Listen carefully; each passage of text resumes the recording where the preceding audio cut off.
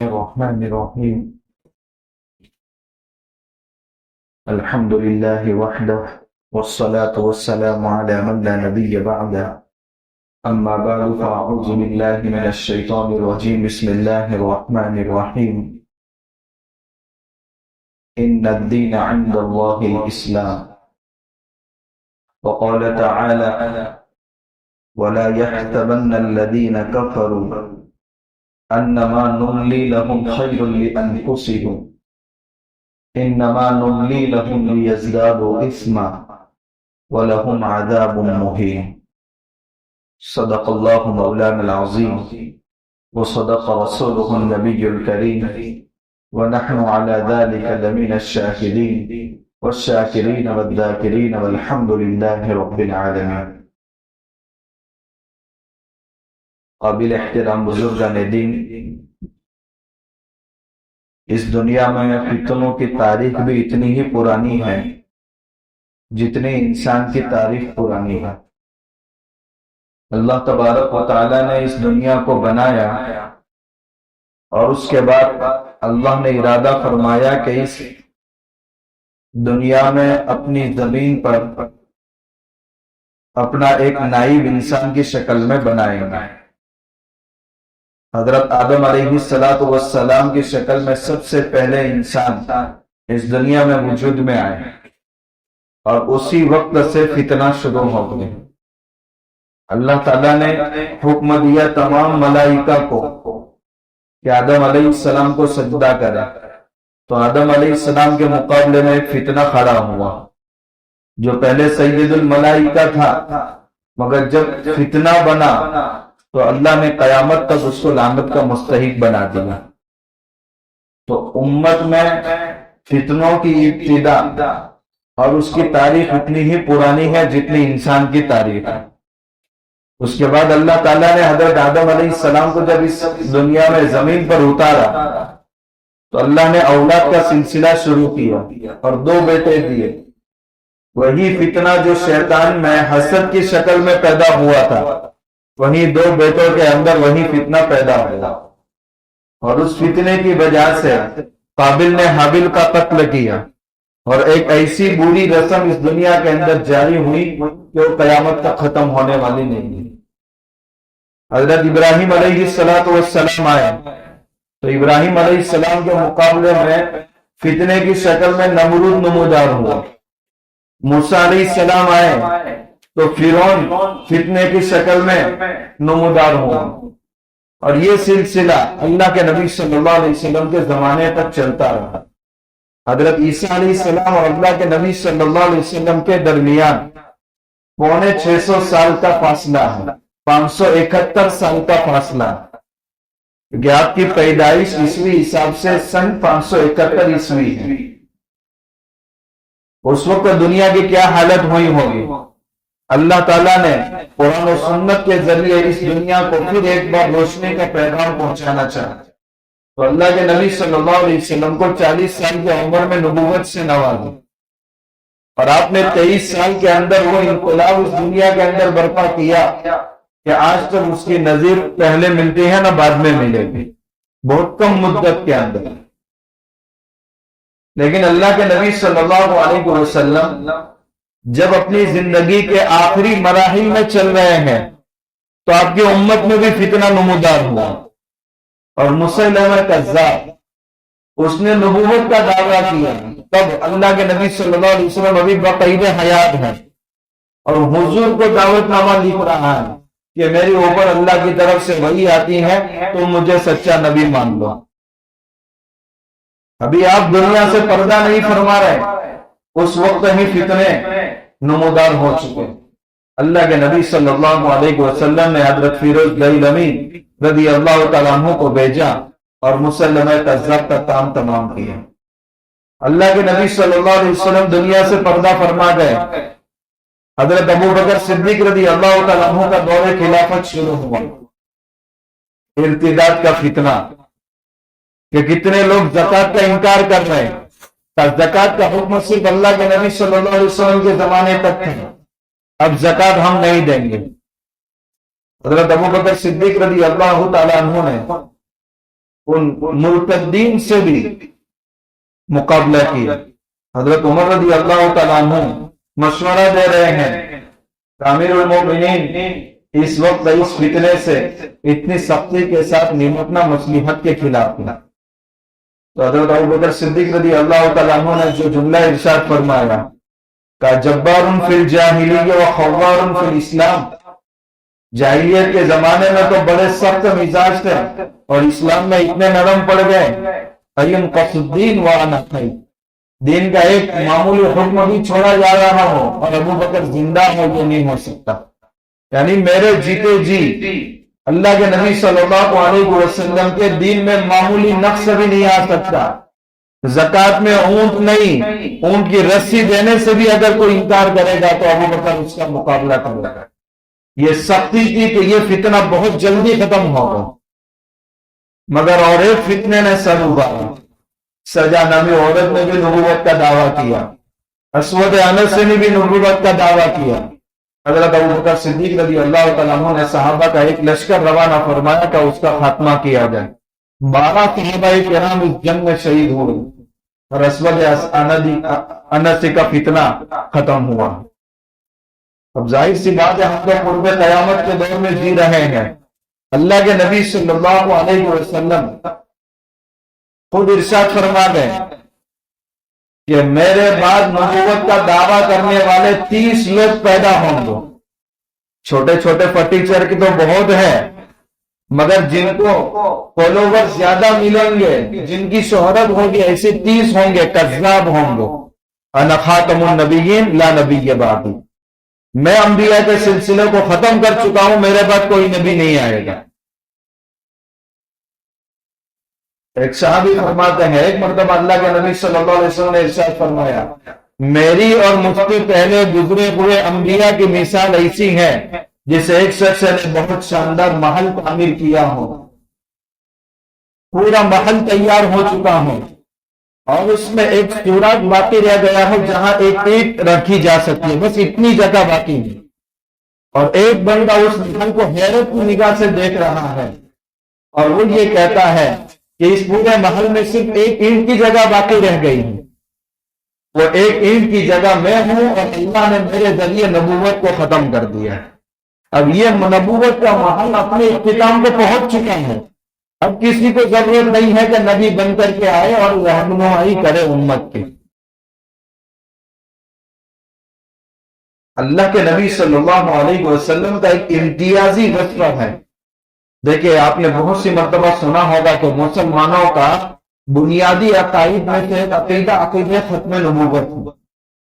سورہ احزاب کے آپ ایک آیت پڑھیے، ما کان محمد ابا احد من رجالکم، محمد صلی اللہ علیہ وسلم تم مردوں میں سے کسی کے والد نہیں ہیں، کسی کے حقیقی والد نہیں ہیں۔ یا قرآن نے رجل کا لفظ استعمال کیا۔ جب بچہ ماں کے پیٹ میں ہوتا ہے تو اس کو عربی میں جنین کہا جاتا ہے، اور جب بچہ پیدا ہو جاتا ہے اور معصوم سا ہوتا ہے تو اس کو طفل کہا جاتا ہے، طفل چھوٹا بچہ، اور جب تھوڑا بڑا ہونے لگتا ہے اس کو ولدن کہا جاتا ہے، لڑکا، اور اس کے بعد جب جوانی کی دہلیز پر پہنچتا ہے تو اس کو شیخ کہا جاتا ہے، جوان، طویل جوان، اور جب اس میں مردانگی آ جاتی ہے، تجربہ آ جاتا ہے تو اس کو کہا جاتا ہے رجل۔ یہاں قرآن کہہ رہا ہے تم رجل میں سے کسی کے والد محمد صلی اللہ علیہ وسلم نہیں ہے، اب تم میں سے کسی کے والد نہیں ہے، تو کیا اللہ کے نبی صلی اللہ علیہ وسلم حقیقی والد عبداللہ، طاہر اور طیب جو اللہ کے نبی صلی اللہ علیہ وسلم کی نسبی اولاد ہے؟ قرآن اس کا بھی انکار کر رہا ہے۔ وجہ اس لیے ہے کہ وہ طفولیت کے زمانے میں یعنی بچپن کے زمانے میں دنیا سے رخصت ہو گئے، اور تم مردوں میں سے کسی کے والد نہیں ہو، کیونکہ اگر نبوت جاری ہوتی تو اللہ کے نبی صلی اللہ علیہ وسلم کے بعد آپ کا بیٹا حقدار ہوتا۔ اللہ کی حکمت دیکھیے کہ آپ کی نرینہ اولاد میں کوئی رجل بھی نہیں ہوا، بڑا بھی نہیں ہوا، اللہ نے بچپن میں ہی سب کو اٹھا دیا۔ آپ کی نسل جو چلی ہے وہ بچیوں سے چلی ہے، قرآن کہہ رہا ہے تم مردوں میں سے کسی کے حضور والد نہیں ہے. ظاہر سی بات ہے حضور اگر ہمارے والد نہیں ہیں تو ہمارے اوپر دست شفقت کون رکھے گا؟ تو قرآن آگے کہہ رہا ہے ما کان محمد ابا احد من رجالکم ولکن رسول اللہ، لیکن وہ اللہ کے رسول ہیں، اور اللہ کا رسول اپنی امت کا روحانی والد ہوتا ہے. تو دست شفقت حضور کا ہم کو نصیب ہوگا. لیکن اللہ کے رسول تو صرف حضور نہیں ہے، بہت سارے ہیں جن کو اللہ نے صحیح کو دیا، آسمانی کتابیں دی، مستقل شریعت لے کر آئے. نبی اور رسول میں فرق ہے. نبی کہتے ہیں کہ جو سابق انبیاء جو گزرے ہیں، پہلے جو نبی گزرے ہیں، انہی کے مشن کو آگے بڑھائیں. ان کو کوئی اللہ نے مستقل شریعت نہ دی ہے، مستقل کوئی کتاب نہ دی ہے. ایسے انبیاء تو بے شمار ہیں، بلکہ سب انبیاء. لیکن ان انبیاء میں رسول وہ ہیں جن کو اللہ نے کتاب دی ہو، یا صحیفے دیے ہوں، یا مستقل شریعت لے کر کے اللہ نے بھیجا ہو، ان کو رسول کہا جائے. ایسے رسولوں کی تعداد بھی بہت زیادہ ہے. مشہور کتابیں مانی جائے تو 4 رسول ہیں، چونکہ 4 آسمانی مشہور کتابیں ہیں. اور چھوٹے چھوٹے صحیفے تسلیم کیے جائے تو 100 صحیفے اللہ نے نازل فرمائے ہوں. تو اللہ کے رسول کا مرتبہ دیگر رسولوں سے کیسے بڑھے گا؟ تو آگے ایک اور وصف اللہ تعالیٰ نے بیان فرمایا وخاتم النبیین، کہ اللہ کے نبی صلی اللہ علیہ وسلم تمام انبیاء کے سلسلے کو ختم کرنے والے ہیں. یہ آپ ہی کا وصف ہے اور کسی نبی کا کسی رسول کا وصف ہے، اور یہی آپ کی شان ہے. اس وصف میں کوئی لوٹ مار کر نہیں سکتا. اس لیے مسلمانوں کا سب سے بنیادی عقائد میں سے یہ عقیدہ ختم نبوت، کہ اللہ کے نبی صلی اللہ علیہ وسلم کے بعد کوئی نبی نہیں آ سکتا، نہ نیا آ سکتا ہے، نہ پرانے انبیاء میں سے کوئی آ سکتے ہیں. حضرت عیسیٰ علیہ السلام آئیں گے تو بحیثیت امتی ہونے کے آئیں گے، نبی بن کر کے نہیں آئیں گے. ہاں، کچھ لوگ کہتے ہیں کہ حضرت عیسیٰ علیہ السلام آئیں گے تو چند نئے احکام جاری کریں گے. یہ عیسائی لوگ یورپی ممالک میں خنزیر کو کھایا جاتا ہے، تو خنزیر تو حرام ہے ہی، مگر اس کا بھی خاتمہ کریں گے. جزیہ وصول کیا جاتا ہے، جو دارالاسلام میں امن طلب کر کے رہتے ہیں ان سے جزیہ وصول کیا جاتا ہے، ٹیکس وصول کیا جاتا ہے. اور اسلامی حکومت ان کے مال کی، ان کے جان کی حفاظت کی ذمہ داری لیتی ہے کہ کوئی مسلمان اسلامی حکومت میں ان کو نقصان نہیں پہنچا سکتا، مگر ان سے سالانہ ٹیکس وصول کیا جاتا ہے اور جزیہ بھی ختم کر دیں گے. تو وہ تو نئے احکام نافذ کر رہے ہیں، اور اللہ کا حکم اس سرزمین پر کون نافذ کر سکتا ہے؟ نبی ہی نافذ کر سکتا ہے. تو اس کا جواب یہ ہے کہ یہ کون بتا رہا ہے؟ ارے روایت میں یہ باتیں کون بتا رہا ہے؟ اللہ کے نبی صلی اللہ علیہ وسلم بتا رہے ہیں. یعنی خود حضور بتا کر کے گئے ہیں کہ آخری زمانے میں یہ حکم ختم ہوگا میری شریعت کا. تو خود حضور اس میں ختم ہونے کی بشارت دے کر کے گئے ہیں. جیسے اللہ کے نبی صلی اللہ علیہ وسلم نے اس امت کو فتنوں سے آگاہ کیا، تو اللہ کے نبی صلی اللہ علیہ وسلم کا ایک وصف خاتم النبیین. اور آپ فرما رہے ہیں کہ میرے بعد 30 کے زیادہ ایسے پیدا ہوں گے. ہمارے بر صغیر میں، ہندوستان، پاکستان، بنگلہ دیش میں کئی مذاہب پر ماننے والے بستے ہیں. ہندو ہے، مسلمان ہے، سکھ ہے، عیسائی ہے، پارسی ہے، مگر ہر ایک کی مذہبی شناخت کا الگ الگ ہے. اس لیے قرآن کریم کے ایک مختصر سے جملے نے سب کو باطل قرار دیا، ان الدین عند اللہ الاسلام. اگر اللہ کے وہاں کوئی مقبول مذہب ہے، پسندیدہ مذہب ہے تو وہ اسلام ہے. اس کے علاوہ کوئی مذہب کا حامل قیامت کے دن اللہ کے پاس آئے گا تو وہ خسارہ اٹھا ہوگا. اگر دنیا میں وہ یہ سمجھتا ہے کہ میں جس مذہب کو مانوں میرے اچھے کرموں کا بدلہ کل قیامت کے دن ملے گا، تو وہ کاٹے بو کر پھلوں کی امید رکھنے والا ہے. اس لیے قرآن نے سب کو باطل قرار دیا، اور مسلمانوں کا ان کے فتنوں سے بچنا بھی آسان ہے. ہر ایک کی شناخت کا الگ ہے اور ہر ایک کی حدود الگ ہے.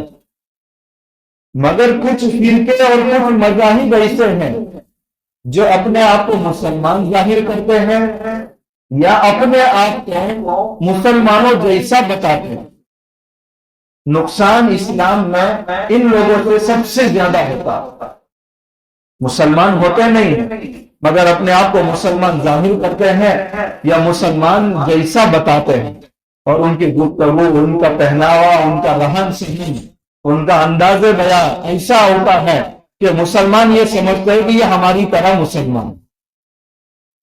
ان میں خاص طور پر دو مذہب قابل ذکر ہیں. ان میں ایک قادیانی.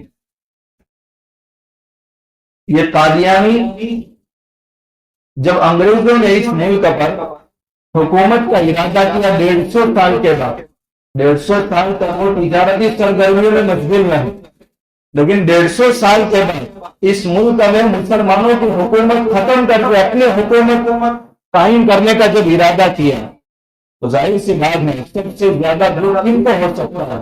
مسلمانوں کا، کیونکہ مسلمانوں کے ہاتھوں سے حکومت چھینی گئی تھی. اس لیے مسلمان انگریزوں کو یہاں سے بھگانے میں پہلی صف میں تھے.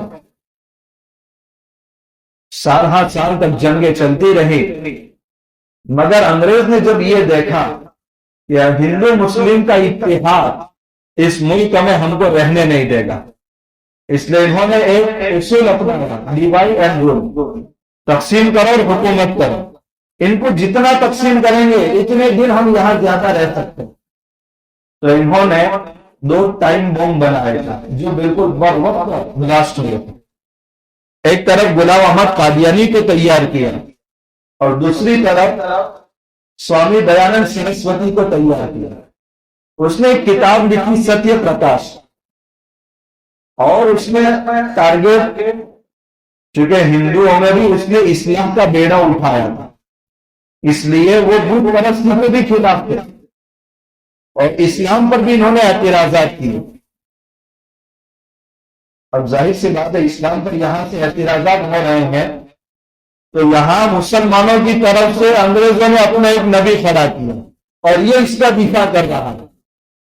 اب یہاں جنگ جاری ہے، آپس میں اختلافات چل رہے ہیں، اور جنگ میں جو دھواں اٹھ رہا ہے اس دھوئے میں انگریز چھپ رہا ہے کہ دونوں کو آپس میں لڑنے دو اور ہم چھپ جائیں گے، ہماری حکومت یہاں باقی رہے گی. یہاں غلام محمد قادیانی کو کھڑا کیا اور اس نے کہا کہ انگریزوں کے خلاف جنگ کرنا حرام ہے. اس نے ایک دیہاتی غیر مسلم کو کہا کہ میں آخری نبی بن کر آیا ہوں، تو مجھے نبی مان لے. تو اس غیر مسلم نے کہا سچے نبی کو آخری نبی نہیں مانتا تو جھوٹے کو کیسے مان لوں گا؟ یعنی سچے نبی کو بھی میں نہیں مانتا ہوں، میں تو غیر مسلم ہوں، تو جھوٹا ہے، تجھے کیسے مانوں؟ اس کی وجہ سے اسلام کو بہت نقصان ہوا اور اس نے اللہ کے نبی صلی اللہ علیہ وسلم کے اس خاص نصف میں ختم نبوت میں رکھنا اندازی کی. اور اس کی وجہ سے کیونکہ یہ اپنے آپ کو مسلمان ظاہر کرتا تھا، مسلمانوں کا ہمدرد ظاہر کرتا تھا، ایک بڑا طبقہ اس کے ہاتھ میں آ گیا. یہ تو کسی حالت میں مسلمان ہے ہی نہیں. یہ قادیانیت کی کوٹ سے ایک فتنہ پھر پیدا ہوا اور وہ فتنہ ہے صدیق دیندار چند بچیشور. شاید آپ نے نام سنا ہوگا. یہ 100 سال پرانا فتنہ ہے اور کتنے مسلمان متاثر ہیں کہ یہ مندروں میں جاتے ہیں، ہر طرح کے تہواروں میں شرکت کرتے ہیں. یہ قادیانیت کی کوکھ سے پیدا ہونے والا فرقہ ہے. اس کا جو بانی ہے، جس کو اس کے معتقدین مولانا صوفی صدیق دیندار چند بسیشور کے نام سے یاد کرتے ہیں، وہ غلام احمد قادیانی کا بہت بڑا معتقد تھا اور یہ کہتا تھا کہ یہ غلام احمد قادیانی ہندوؤں کا اوتار ہے جس کا وہ 800 سال سے انتظار کر رہے تھے. اور اس کے بعد غلام احمد قادیانی کا ایک بیٹا تھا مرزا بشیر الدین محمود. اس کے ناپاک ہاتھوں پر یہ صدیق دیندار چند بسیشور نے اس کے ہاتھ پر بیعت کی اور اس کے بعد اس کے ایسے ایسے نظریات اور عقائد بننے لگے کہ وہ خود کہنے لگا کہ اب اللہ کے نبی صلی اللہ علیہ وسلم کے بعد صدیقیت کا مرتبہ مجھے حاصل ہو گیا، اور یہ صدیقیت کا مرتبہ حضرت مہدی سے بھی اور حضرت عیسیٰ سے بھی بڑھ کر ہے، اور اس نے بعد میں چل کر نبوت کا بھی دعویٰ کیا۔ اس نے قادیانی عالم کیا کہیں گے اس کو، اس سے تفسیر کریں، کیونکہ یہ اسی کی ایک شرط ہے۔ اس کے بعد چونکہ علماء نے روز اول ہی سے بتا دیا تھا کہ یہ ایسا فتنہ ہے جس کا اسلام سے کوئی تعلق نہیں، بلکہ اسلام کے متوازی اور اپوزٹ میں پورا مذہب کھڑا کیا جا رہا۔ لیکن مسلمانوں میں غصہ اس وقت ہوا جب کرناٹک کے ایک علاقے میں، چونکہ لنگایت سماج وہاں زیادہ ہے، یہ اپنی گردنوں میں جو لنگ لٹکاتے ہیں یہ اس کو اور حضور اسود پہ برابر قرار دینے لگا۔ اس کے بعد مسلمانوں میں بہت سخت غصہ ہوا، اور اس کے بعد یہ کہنے لگا کہ حضرت یوسف علیہ السلام یہ لنگایت سماج میں 27 مرتبہ زندہ ہو کر کے واپس ہیں، اور 28ویں مرتبہ میں یوسف علیہ السلام کی شکل میں آیا۔ حالانکہ پرانے اخباروں میں اس کی شکل دیکھی ہوگی کہ حسن یوسف سے اس کو کہاں توازن حاصل ہو سکتا ہے۔ اب یہ آپ دیکھیے کہ وہ کس عقیدے کا اظہار کر رہا ہے، کس عقیدے کی تبلیغ کر رہا ہے۔ یوسف علیہ السلام کا نعوذ باللہ 27 مرتبہ زندہ ہو کر آنا، یہ کہ ہندوؤں کا عقیدہ نہیں، آوا گون کا عقیدہ کہ انسان دوسرے جنم میں یہ بنے گا، تیسرے جنم میں یہ بنے گا، 7 جنم میں۔ یہ آوا گون کا عقیدہ کس کا ہے؟ کفری عقیدہ ہے، شرکی عقیدہ ہے۔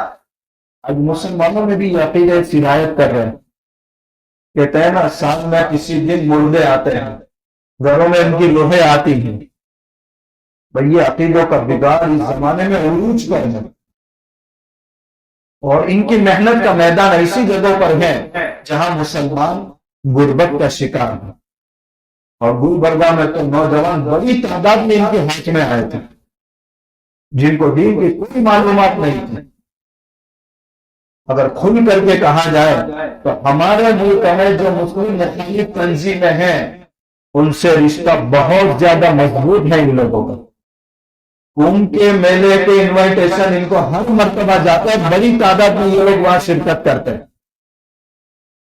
گنیش کا جو تہوار ہوتا ہے بڑی تعداد میں ان کی شرکت ہوتی ہے، اور یہ لوگ اس طرح کے نام لیتے ہیں، حضرت گنیش رحمت اللہ علیہ، حضرت سائی بابا رحمت اللہ علیہ، اور باقیتاً بہت نیک ورگ ان کا مضبوط ہے۔ اس ملک میں اب وہ مغربی اور یورپی جو تجربہ کر چکے ہیں وہ تجربہ اپنا رہے ہیں۔ اگلے 15 سال اس ملک میں مسلمانوں کے لیے بہت خطرناک ہے۔ حالات اس طرح کے رخ اختیار کریں گے، الامان والحفظ۔ صبح اور شام اللہ سے ایمان پر استقامت کی دعا کرنے کی ضرورت ہے۔ آپ بہت تیزی سے اگر آپ کو کارگزاریاں مل رہی ہیں تو آپ کے سامنے ہوگا کہ اس ملک میں مسلمان ایک اندازے کے مطابق 40 کروڑ ہیں۔ اتنی بڑی تعداد کو ملک سے جلا وطن نہیں کیا جا سکتا۔ اب کیا کریں گے؟ ایسی تحریکوں کو جو نام نہاد مسلمان ہیں، ابھی شکیلی فتنہ عروج پر ہے، انجینئر مرزا کا فتنہ عروج پر ہے، یہ اللہ کے نبی صلی اللہ علیہ وسلم کی شان میں گستاخی کر چکا ہے، کیا الفاظ اس کو استعمال کیے ہیں، اور نوجوانوں کی بڑی تعداد اس میں پھنستی جا رہی ہے۔ وہ فتنہ یہ ہے کہ ایسی نام نہاد مسلمان تنظیموں کو بہت زیادہ ایکٹیو کیا جائے، اور مسلمان نوجوانوں میں ہندو مذہب کی، خدا کی محبت دلوں سے نکالی جائے اور دیوی دیوتاؤں کی محبت ان کے دلوں میں اتاری جائے۔ ابھی جو یہ تہوار قریب میں ان کا گزرا، دیہاتوں میں بڑی تعداد میں دعوت چلی اور مسلمانوں کو اس میں شرکت کرائی گئی، اور یہی تنظیمیں بہت تیزی سے کام کر رہی ہیں۔ کیونکہ آپ یورپی تہذیب اور ان ممالک کا حال دیکھیں، ظاہری شباہت مسلمان کی نظر ہی نہیں آتی، پوری تہذیب اور پورا کلچر ان کا ہے، اور مسلمان تہذیب کے اعتبار سے ان میں ایسے مل چکے ہیں تو مسلمان کو ظاہری اعتبار سے مسلمان الگ کرنا دشوار ہے، عقائد کے اعتبار سے اس ملک کے مسلمانوں کو اس طریقے سے اس میں ضم کرنا چاہتے ہیں کہ نعوذ باللہ اس ملک میں مسلمان باقی ہی نہ رہے، ان کے دلوں میں اللہ کی محبت نکل جائے، اسلام کی محبت نکل جائے، اور ان کے دلوں میں دیوی دیوتاؤں کی محبت پیدا ہو جائے۔ جب ایک مسئلہ اس ملک کے اندر اٹھا تھا تو سوریہ نمسکار کا اور وندے ماترم کا، اس وقت حضرت مولانا ابو الحسن علی الندوی رحمت اللہ علیہ سب سے زیادہ فکر مند تھے۔ جب میٹنگ ہوئی تھی اور اس وقت حضرت کا انٹرویو لیا گیا تو حضرت نے یہ فرمایا تھا کہ میں مسلمانوں کی طرف سے یہ کہنا چاہتا ہوں کہ ہمارے بچے بغیر تعلیم کے تو رہ سکتے ہیں مگر بغیر ایمان کے نہیں رہ سکتے۔ 4 دن کی دنیا ہر ایک کی پوری ہو جائے گی، مگر آج ماں باپ کا حال یہ ہے کہ چاہے میرے بچے کو شرک کرنا پڑے، کفر کرنا پڑے، وہ گوارا ہے مگر تعلیم ہاتھ سے نہ جائے۔ بھائی آپ کے سامنے 2 پلیٹیں رکھی جائے، ایک میں بریانی ہے اور ایک میں سمپل سبزی بنی ہوئی ہے، مگر بریانی میں تھوڑا زہر ملا دیا گیا ہے اور آپ کو بتایا گیا ہے کہ اس میں تھوڑا زہر ہے، آپ کون سی ڈش کو پسند کریں گے؟ آپ سادہ کھانا پسند کر لیں گے مگر اپنی جان کو آپ نقصان نہیں پہنچائیں گے۔ ماحول ایسے ہیں، بہت تیزی سے یہ کام ہو رہا ہے، مسلمانوں کو جاگنے کی ضرورت ہے، اور خاص طور پر نوجوان طبقے کو ٹارگیٹ کیا جا رہا ہے۔ اور بہت بڑا المیہ یہ ہے کہ دین کے راستوں سے فتنے آ رہے ہیں۔ یہ سنیت کا لبادہ اوڑھ کر اللہ کے نبی صلی اللہ علیہ وسلم کی شریعت میں رافضیت کا بیج بو رہا۔ اگر ہم نے اپنے اولاد کو دین کی تعلیم سے محروم رکھا تو اگلے 15 سال میں کیا ہوگا؟ اللہ ہی اس ملک کے مسلمانوں کا محافظ، اس لیے ہمیں اپنی اولاد کی دینی تربیت کے اعتبار سے جھگڑنا ہوگا۔ گزشتہ جمعہ میں بھی اس طرف اشارہ کیا گیا تھا۔ آج ہمارا بچہ کالج جا رہا ہے، مکتب کی تعلیم سے بھی فارغ ہو چکا ہے، مگر 24 گھنٹے میں کوئی وقت اس کو ایسا نہیں ملتا کہ وہ دین کی تعلیم کی فکر کرے۔ بالغ ہو رہا ہے تو بالغ ہونے کے کیا احکامات ہیں، مسلمان ہونے کے ناطے کیا عقائد ہیں، اب نئے نئے شکلوں کے اندر عقائد کا بگاڑ آ رہا ہے، اور یہ اپنی پوری ٹیکنالوجی کے ذریعے ہر گھر تک پہنچ چکے ہیں۔ ایک بندے کے اندر عمل کا بگاڑ ہو، نماز میں وہ بندہ نہیں آیا تو نظر آ سکتا ہے کہ اس میں عملی بگاڑ ہے کہ یہ بے نمازی آہستہ آہستہ بنتا جا رہا ہے، مگر عقیدے کا بگاڑ وہ اندر ہی اندر چلتا ہے، اس کے دماغ میں کیا چل رہا ہے، کیا ایمان باقی ہے کہ نہیں باقی۔ اس لیے کہا جاتا ہے کہ بیماری کے دور میں ڈاکٹر سے میری جان کے لیے خطرہ ہے، اور فتنوں کے دور میں علماء دین سے دوری ایمان کے لیے خطرہ ہے۔ اس لیے اپنے بچوں کے بارے میں ہم والدین ہونے کا حق ادا کرنا۔ بہت سارے والد آ کر کے ملتے ہیں کہ ہم اس پوزیشن میں نہیں ہے کہ اپنے بچوں کی تربیت کر سکیں، تو میں یہ کہتا ہوں کہ کم سے کم ہمارے وہ نوجوان جو بہت زیادہ وقت موبائل کو دیتے ہیں، بہت زیادہ وقت اپنے دوستوں کی محفل کو دیتے ہیں، کم سے کم 1 گھنٹہ ہم کو دے دیں، 24 گھنٹے میں 1 گھنٹہ، انشاءاللہ ان کو حالات سے بھی واقف کریں گے۔ اللہ کا خوف کیسے ہوتا ہے، اللہ کے نبی صلی اللہ علیہ وسلم کے ساتھ نوجوان صحابہ کیسے شانہ برخانہ ملے اور آج تاریخ میں وہ امر ہو گئے، دنیا قیامت تک ان کا نام یاد رکھے گی، ان کی قربانیوں کو یاد رکھے گی۔ آگے ہمارا استعمال شروع کوئی اہم طبقے کی ضرورت ہے، یہ طبقہ اپنے قوم کے لیے، اپنے سماج کے لیے، اپنے دین کے لیے کیسے آگے بڑھے، ان میں وہ صلاحیت کیسے نکھاری جا سکتی ہے۔ اب تھوڑا وقت ہم کو دیجیے، انشاءاللہ ہم پوری اللہ کی ذات سے امید ہے، کوشش کریں گے، والدین کی بھی فکر ہو، علماء دین کی بھی محنت ہے، تو انشاءاللہ ہمارا یہ طبقہ ان فتنوں سے بچایا جا سکتا ہے۔ اور یہ نہیں، یہ طبقہ بھی انشاءاللہ آنے والی نسلوں کو بھی بچائے گا۔ ہماری بچے بھی ہم تربیت کیسے کر سکتے ہیں، کم سے کم اتنی تو فکر کر سکتے ہیں، 3 لوگوں کی جب فکر آپس میں ملتی ہے بہترین نتیجہ برآمد ہوتا ہے۔ ایک خود ماں باپ کی، ایک خود بچے کی، اور ایک پڑھانے والے استاد سے۔ اگر یہ تین محنتیں آپس میں مل جاتی ہیں تو پتہ نہیں وہ نوجوان قیامت کے دن، اللہ کے نبی صلی اللہ علیہ وسلم نے ارشاد فرمایا کہ 7 لوگوں کو قیامت کے دن اپنے اللہ تعالیٰ اپنے عرش کے سائے میں جگہ عطا فرمائیں گے۔ ان میں وہ نوجوان ہے جو جوانی کی قدر کرتا، جس نے جوانی میں اللہ کے سامنے سجدے کیے ہوں، ورنہ آج کے حالات یہ ہے کہ بے دینی کی طرف بہت تیزی سے لے جا رہے ہیں۔ اس لیے اپنے ایمان کی فکر کرنا ہے، اپنے اولاد کی فکر کرنا ہے، ورنہ آگے کے حالات بہت تیزی سے خراب ہوتے جا۔ جب باطل اتنی محنت کر رہا ہے تو ہم کیوں محنت کرنے کو تیار نہیں؟ آج ہمیں اپنے ایمان کے بارے میں کوئی فکر نہیں ہے، اپنے دین کے بارے میں کوئی فکر نہیں، اس کی شناخت مجروح ہو رہی ہے، متاثر ہو رہی ہے۔ اس لیے ہمیں جاننا ہوگا، ہمیں اپنی ذمہ داری کو ادا کرنا ہوگا، ورنہ کل قیامت کے دن کلکم راعی وکلکم مسئول عن رعیتہ، تم میں کا ہر بندہ ذمہ دار ہے، اور کل قیامت کے دن اس ذمہ داری کے بارے میں سوال ہوگا، بچ نہیں پائیں گے۔ بہت سارے حضرات جب کام کے لیے آگے آتے ہیں تو یہ کہتے ہیں لینا دینا کچھ نہیں، کرلی کسری سننا۔ بھئی لینا دینا کیوں نہیں؟ اللہ سے بہت کچھ لینا ہے، اور حضور کو جواب بھی دینا ہے کہ ہمارے اندر اتنی بیداری تھی، ہم کچھ کر سکتے تھے، ہم دین کی فکر کر سکتے تھے مگر نہیں کر سکے، تو قیامت کے دن ہمارے قدم اس سوال کا جواب دیے بغیر ہٹ نہیں کر سکتے۔ اس لیے اپنے اندر فکر پیدا کرے، انشاءاللہ ایک بندے کی فکر پوری دنیا کا ماحول بدل سکتی ہے۔ حضرت مولانا الیاس صاحب رحمۃ اللہ علیہ ایک بندہ فکر لے کر اٹھا ہے، دنیا میں چپے چپے میں انقلاب آیا۔ اب ہماری ذمہ داری ہے وہ فکر کو اڑنا بچھنا ہم دینا۔ اللہ آسان فرمائے۔